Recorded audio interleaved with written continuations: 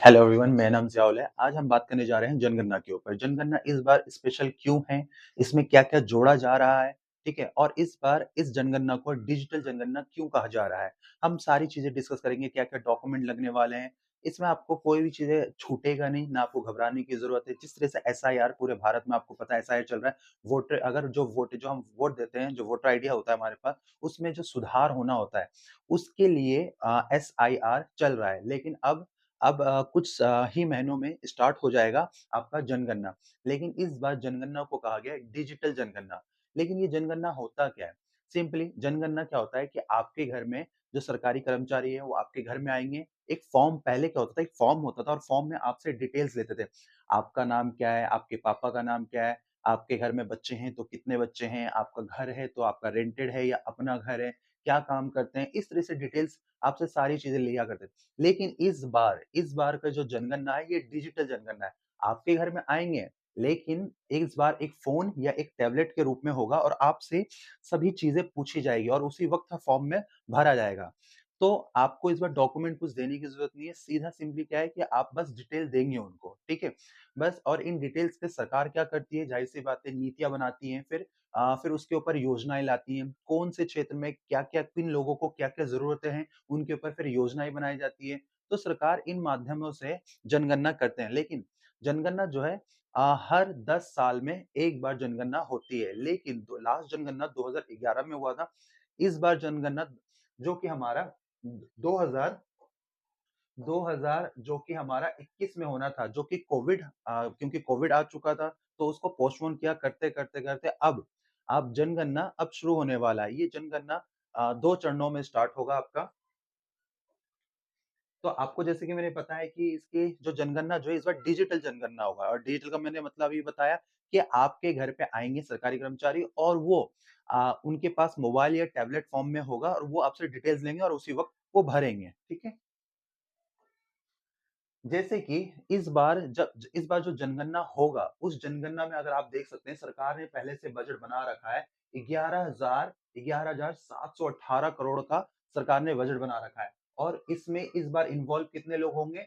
30 लाख कर्मचारी इन्वॉल्व होंगे, ठीक है? और ये कंप्लीट कब होगा? 2027 सोचिए ये कितना लंबा ये चलने वाला है, यानी 2026 से शुरू होगा और 2027 में लगभग मतलब ये कंप्लीट होगा। तो इस बार जनगणना बहुत लंबा होने वाला है।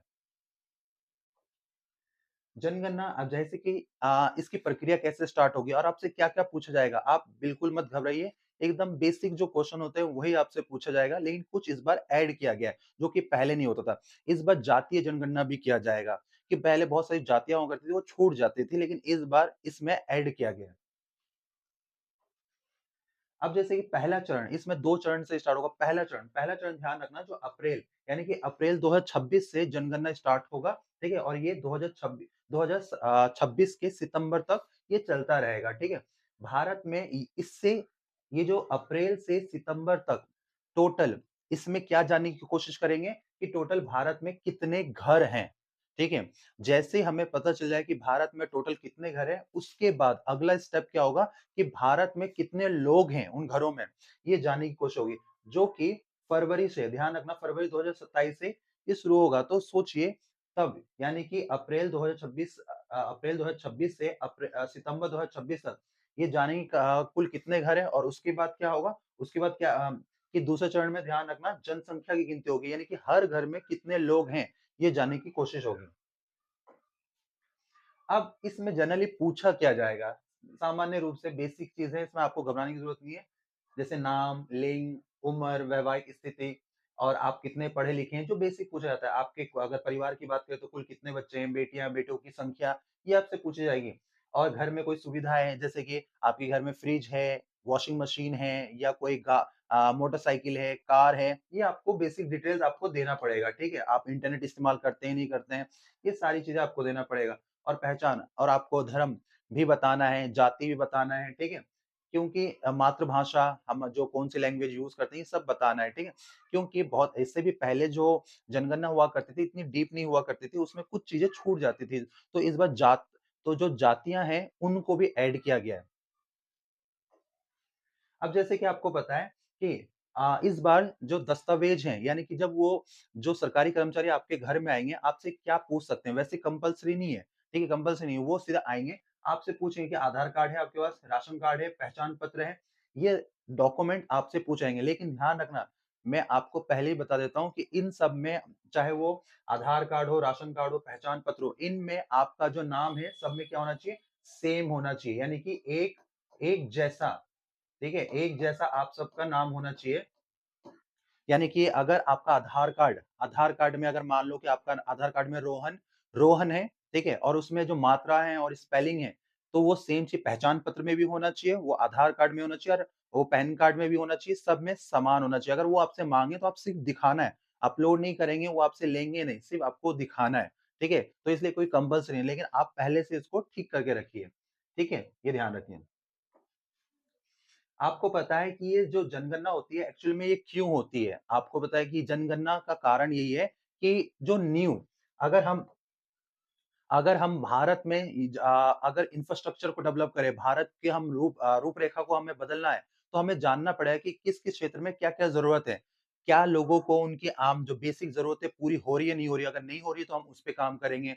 तो फिर सरकार क्या करती है, ये सब जानकर फिर योजनाएँ लाती है। पहले पॉलिसी बनाती है, फिर योजनाएँ लाती है, ताकि उन जिन लोगों को ज़रूरत है, उन लोगों तक पहुँचाए जा सके।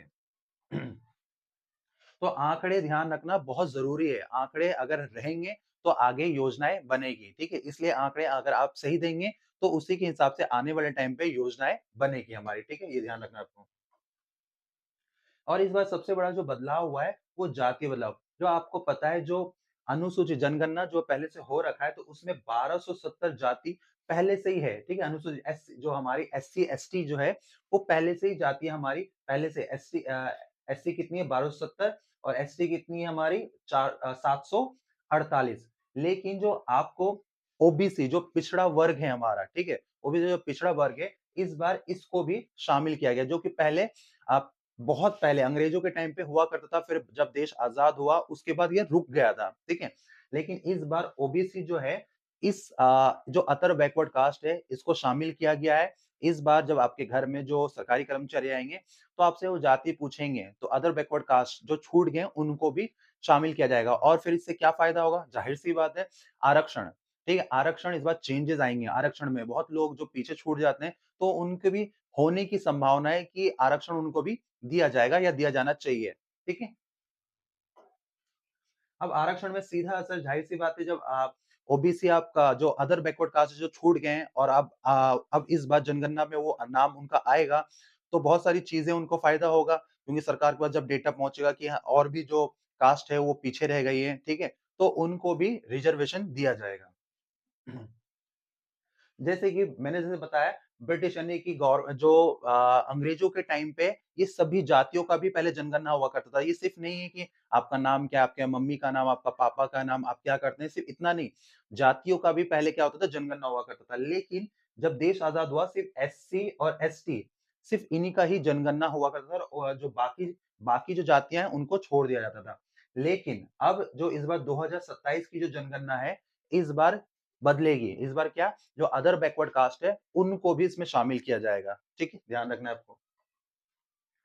तो ध्यान रखना है आपको कि जितनी भी अब तक जो मैंने आपको बताया, ये सभी डिटेल्स बहुत ही इम्पोर्टेंट है और आज के टाइम पे जो आपके मम्मी-पापा का जो आपका आधार कार्ड है, पैन कार्ड है, वोटर आईडी है, इसमें सभी के नामों को आप चेंज करके रखिए, ठीक है? मतलब सॉरी, उसके नामों को आप क्या करना है, आपको सेम करके रखना है। अगर आपका बदला हुआ है, किसी में अलग-अलग है, तो आप प्लीज़ उसको अभी से ठीक करने के ऊपर काम करना स्टार्ट कर दीजिए, ठीक है? कोई भी जानकारी चाहिए तो आप ज़रूर कमेंट बॉक्स में ज़रूर मेंशन कीजिए। वीडियो अगर पसंद आए तो लाइक, कमेंट और शेयर ज़रूर कीजिए। Thank you.